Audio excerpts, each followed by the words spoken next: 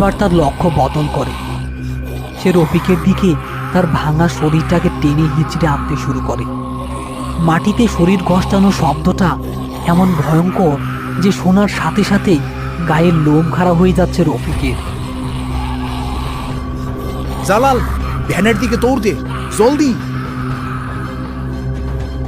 রফিক নিজেও দৌড়াতে শুরু করে, কিন্তু তার পায়ে চোট লাগায় সে ঠিকমতো দৌড়াতে পারছে না।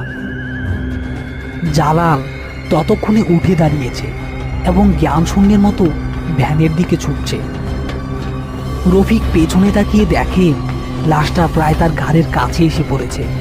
সে বাঁচার জন্য মরিয়া হয়ে তার হাতে থাকা মোটা দড়িটা দিয়ে লাশটার গায়ে আঘাত করে।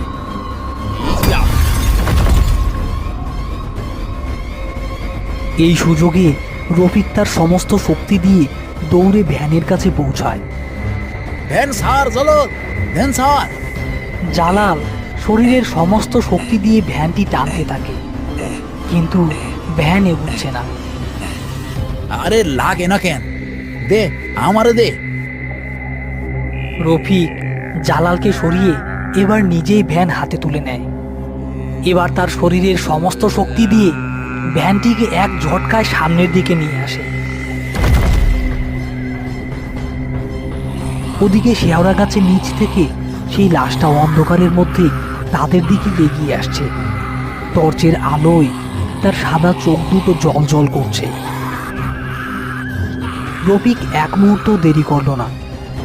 সে সর্বোচ্চ গতিতে ভ্যান চালিয়ে গ্রামের দিকে এগুতে থাকলো।